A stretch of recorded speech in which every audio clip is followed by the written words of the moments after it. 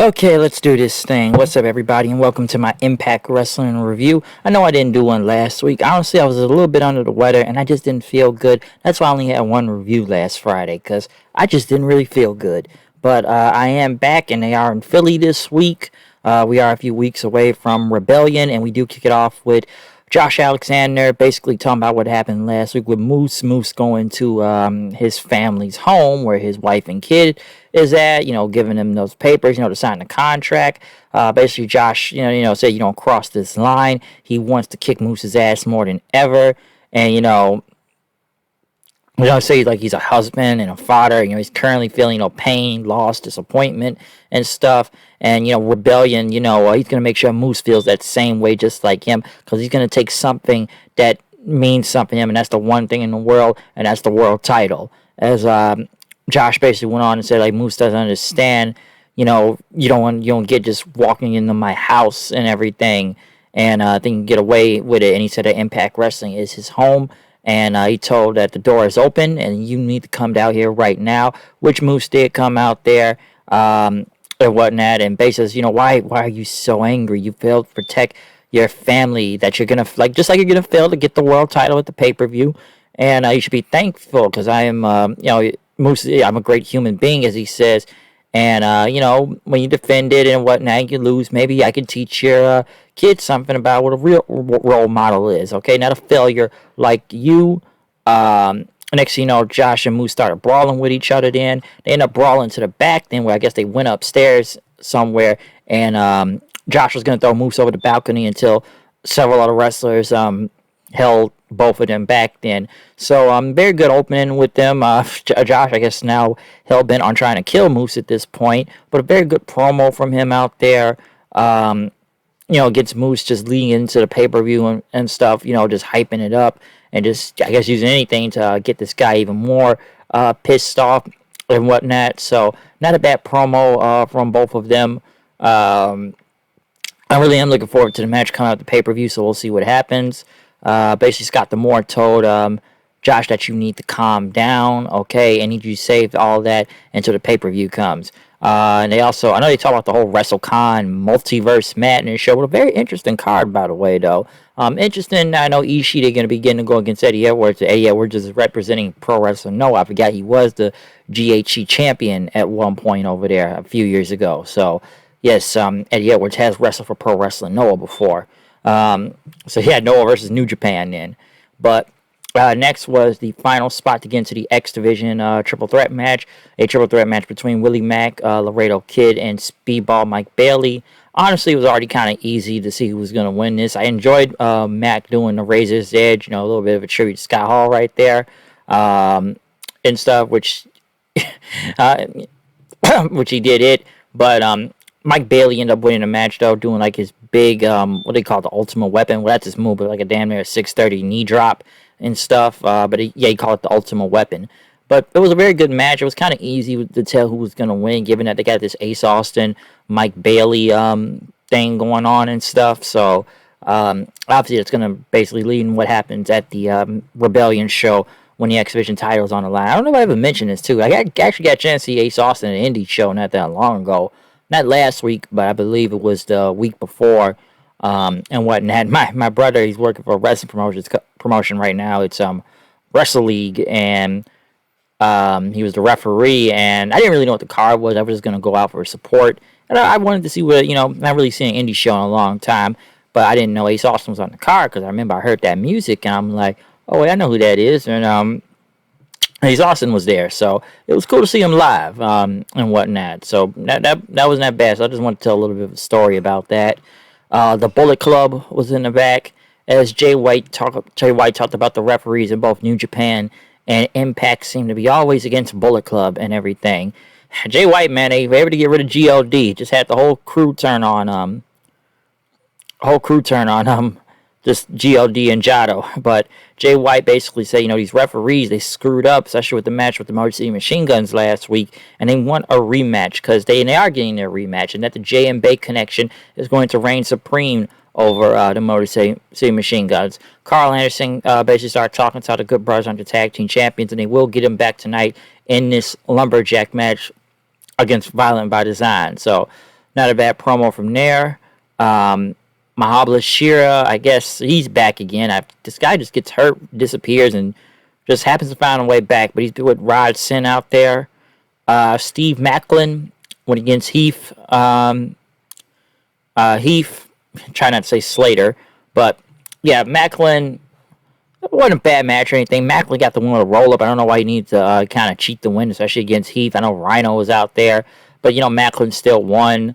Rhino ended up goring him right after then, but like I said, it wasn't a bad match. I just didn't really think, did he need to get a roll up, just use some dirty tactics to beat Heath, not Heath Slater, but did he really need that? Not really.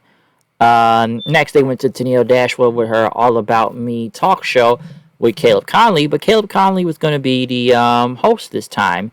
And, they asked her, what are you thinking now? And, wanted to ask Caleb, whose side are you on? Where does your loyalty lie? Okay. And Caleb basically, my neck, I had neck spasms, which he started running away then.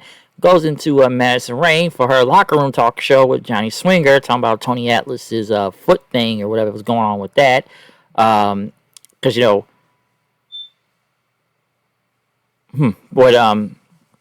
not foot thing, but, going with, what is it, Johnny Swinger's out of wrestling school now, I believe, so I think that's pretty funny on this show. I'm getting that in a second, but basically, her and Tennille basically questioned, where's your loyalty, whose side are you on, as Caleb, he didn't know what he's going to do, and they wanted to take a lie detector test with him, but Caleb basically ran off again, and didn't want to stay there. So who is Caleb Conley's side on? We don't know, because we saw it happen at the Impact Plus show, who became the new tag team champions, but, whose side is he really going to be on, huh? Next, they had a video package for Tomohiro Ishii, New Japan Pro Wrestling. He's going to be making his Impact debut soon. He will be at Rebellion, and he will be facing Jonah. So I really am looking forward to that match also. That's going to be another Giants killing each other out there. So Jonah and Ishii, that sounds like fire. Next, Violent by Design went against the Good Brothers. Lumberjack match with multiple tag teams out there, from Decay to Honor No More. To Team Impact, to the Motor City Machine Guns out there, Bullet Club themselves, everybody, they were all just there for this Lumberjack match, which, this wasn't a bad match. Probably could have used a little bit more time, but, of course, everybody just throwing both teams back in the ring when needed, which, I know they hit a magic killer, but Diener got in the apron in. Joe Doring ended up jumping on everybody outside with, Luke Gallows. I guess Carl Anderson had his back turned. Next thing you know, the Kingdom, the OGK there, basically took out Carl Anderson, low blowing him, which they, Violent by Design, ended up retaining the titles, which I'm glad about that, because I didn't really want the belts going back to the Good Brothers anyway, and hopefully they get these teams away from each other at this point, because it's gone on long enough, and it's time to move on to something else. I've seen enough of Violent by Design and Good Brothers, and honestly, the tag team division, they need some teams right now, so let's hope they get these guys away from each other and something better happens for them. They interviewed Tasha Steelz about her match later on tonight. Said she's going to be leave Savannah Evans in the back, since Mickey told Chelsea Green to stay in the back, which Steelz mocked it, but she said she's a fighting champion. So she said, Evans, you got the day off. Eddie Edwards went against Rocky Romero. Good match. I like this match. Not bad at all. Eddie Edwards ended up getting the win. And he wanted to shake Romero's hand, but he started beating him up.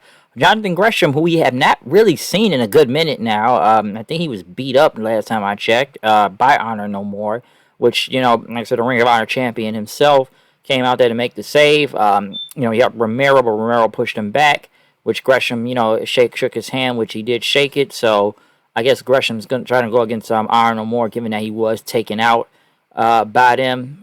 Well, they said they didn't take him out, but we'll see what goes on with that. Gresham, he's here before he's on, AEW or whatever supercard Honor has coming up. I don't even know that whole card yet, but it's good to see Jonathan Gresham back in the door. Johnny Swinger, I guess, was in the back with the Swingers dungeon with Zicky Dice, which is like a sex dungeon, really, but, Swinger says we got to see what you learn. We got to do these Chump Challenge next week, so we'll come back to the dungeon afterwards then. In the main event, though, we did get the Knockouts title on the line. Tasha Steelz, Mickey James in a Philadelphia street fight.